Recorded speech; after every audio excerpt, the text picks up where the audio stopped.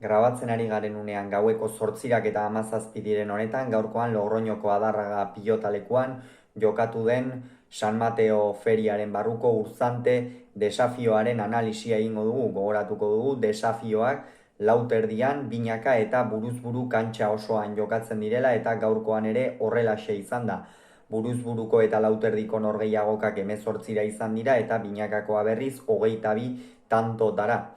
Eta hiru norgehiagokak hauxe izan dira, alde batetik lauterdian Salaberriak eta Agirrek jokatu dute, binaka Elordik eta Tolosa Jaka eta Mari Ezkurrenaren aurka, eta buruzburu Peio Etxeberriak eta Iñaki Artolak Aspe eta Baiko enpresetako pilotariak izan dira, nor baino nor gehiago, eta garaipena Aspeko taldeak eramandu gaurko honetan, eta eurentzat beraz Urzanteko olio botila sorta gaurkoan. Lehenik eta behin, Salaberriak eta Agirrek jokatu duten norgehiagokaren analisia egin behar dugu. Salaberriak eta Agirrek 18 eta 15 irabazi dio Salaberriak Agirreri,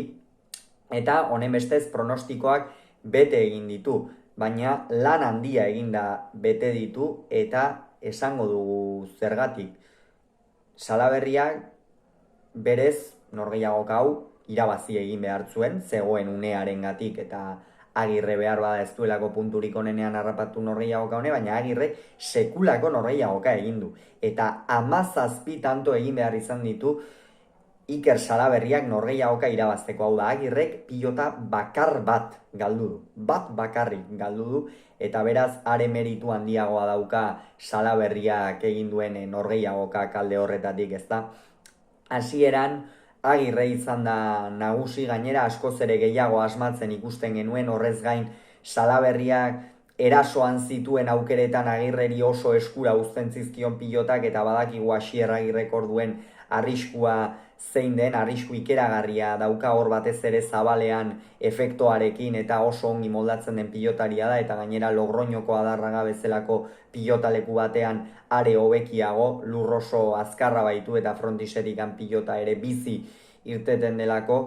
eta hasiera horretan Agirre gehiago izan da. Gero ordea pixkanaka Salaberria ere gehiago asmatzen joan da, eta Agirre noski gehiago nekatzen erasokorrago zebilen Salaberria, erasorako aukera gehiago zituen goizuetarrak, eta horregatik Asier Agirre pixka bat nekatu ere eginda, eta horren ondorioz norgehiagok aurrera joan ala Salaberriak ere jokoaren ekimena geroz eta gehiago hartu du. Horrez gain,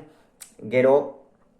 Salaberriak azken zatian egin du sekulako erakustaldia, pare bat zirrizta eta pare bat ezkergantxoren ondoren irabazi du azkenerako norgehiagoka oso parekatua joan da, eta azkenerako 18 eta 15, eta hau Iker Salaberriarentzat oso positiboa den gauza bada. Izan ere, aurten lehenengo aldiz jokatuko du maila nagusian lauterdiko txapelketa, eta gaurko norgehiagokan nik uste jende askok begiak izango zituela, Iker Salaberriak berak ere noski, eta nik uste nota onarekin, on baino hobearekin amaitu duela gaurko norgehiagoka, eta lehen mailan lauterdian lehiatzeko zalantzari gabe prest dagoela. Asier Agirrek ere oso norgehiagoka ona jokatu du, batez ere defentsan aritu da, erasoan ere hasieran ongi aritu da, baina oraindik ere nik uste joko erasokorrago hori egitea falta zaiola behar bada lauterdiko txapelketa horretan parte hartzeko, eta urrengo astean, urrengo larun batean hain zuzen ere, izango du Itziarren Zubizar eta Hirugarrenaren aurka norgehiagoka, eta ikusiko dugu ea aurrekanporak eta horretan zer gertatzen den. Binakako norgehiagokari helduko diogu orain, hemengo kasuan favoritoek ongi baino hobeto bete dituzte pronostikoak, izan ere Jaka eta Mari Ezkurrena ziren favorito garbiak Elordi eta Tolosaren aurka, eta halaxe izan da. Jakak eta Mari Ezkurrenak irabazi dute 22 eta 5 emaitzarekin, izan dira garaie baikoko pilotariak, eta ez da kolorerik izan, baina baita ere kombinazioa bikoteen osaketa oso desorekatua zen gaurkoan, oso desorekatu. Alde batetik Jaka eta Mari Ezkurrena genituen, Eri Jakak egia da Mastersa kontutan hartzen baldin badugu, Eri Jakak behetik gorako bidea egin duela, egia da uda oso ongi hasi zuela, Lauterriko San Ferminetako final horretan sartuaz eta abar, baina gero Mastersean txakalaldi txiki bat izan zuen, baina gero berriro ere gora egin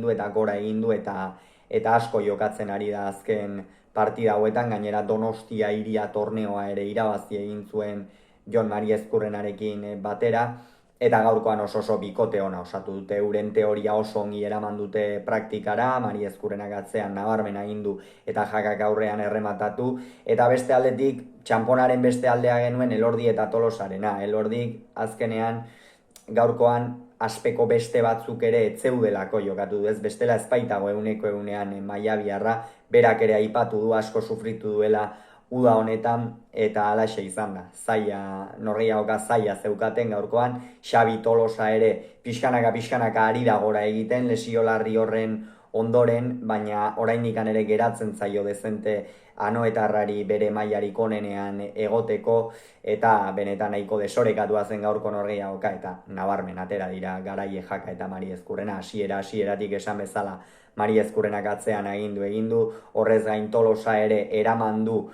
pilotak behar bada eustera edo eman beharrean, edo 8-7 kuadrotikan eman behar zituen pilotak eustera eraman beharrean, ematera, ez? Jakari erremate hori ekiditeko, baina hori oso zaila zen. Horrez gain Mari Ezkurrenak apenas eman dizkio aukerak Elordi ere aurrean ezinean ikusi du, ezin izan baitu ezer egin, defentsan ere altzuen moduan, eta garaipen nabarmena, eta hor berdin dute desafioa Baikoko pilotariek, eta hirugarren partida izan da erabakigarria, bertan Asperen aldetik Peio Etxeberria izan da, buruz buru kantxa nagusian, eta Baikoren aldetik berriz Iñaki Artola. Bi pilotari hauek ez dituzte aukera asko izan uda honetan torneo nagusietan jokatzeko, Mastersean ez dituzte sartu, San Mateoetan ere ez dituzte sartu, San Ferminetan ere ez zituzten sartu, eta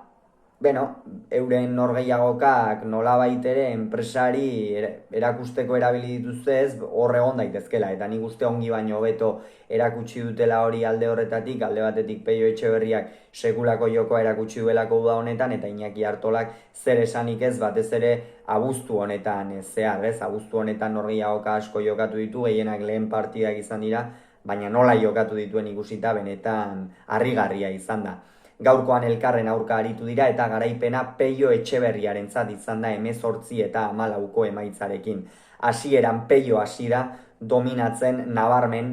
ikeragarria da Peio Etxeberriak buruz buru dituen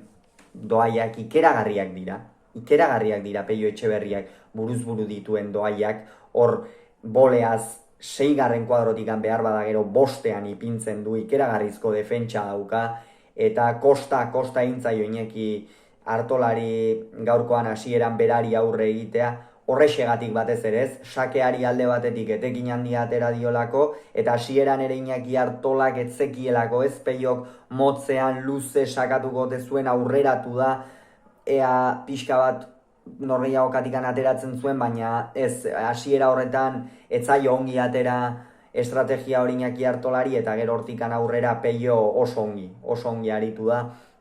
tantoak amaitzen askoz ere biziago. Iñaki Artolari behar bada partida hasiera horretan beste Norgehiagoketan ikusi diogun bizitasun hori falta izan zaio, ez? Gero ordea, pixkanaka ere Iñaki Norgehiagoka berdin du, eta 10 aurrera edo oso parean joan dira biak ala biak, 18 eta 14 amaitu den arte, 14 arte oso parean joan dira biak, hor Iñaki erabat aldatu du ez, bere joko askoz ere gehiago dominatzen zuen, pilota bikain gurutzatu ditu pilota asko, baina behar bada falta izan zaion beste gauza bat, hor Peiok zabalean eta uzten zizkion pilota garbiak ez zituela oso ongi gurutzatu aleiarrak. Eta gero, bai Peiok horixe, asko asmatu du Iñaki, baino askoz ere gehiago asmatu du tantoak amaitzerako garaian, eta hor egondagakoa. Bestela, biak ala biak oso intentsitate handiarekin jokatu dute, apenas galdu dute pilotarik, behar bada Iñaki Artolak esan dugun bezala hasiera horretan erantzutekoak ziren sake batzuk, gehiegi aurreratu delako edo ez ditu erantzun, baina hori ere Peioren meritua bada noski, eta azkenerako norgehiagoka interesgarri honetan garaipena Peio Etxeberriarentzat izan da. Eta hauxe izan da, Urzante desafioa asperek eraman duena, pilotaren inguruko hurrengo bideoa bihar izango duzue, izan ere San Mateo torneoko finala jokatuko dute Logroñoko Adarragan, Ezkurdiak eta Rezustak Zabala eta Zabaletaren aurka, beraz, gustua duzue, bertan ikusiko dugu elkar, bitartean ongi izan, agur.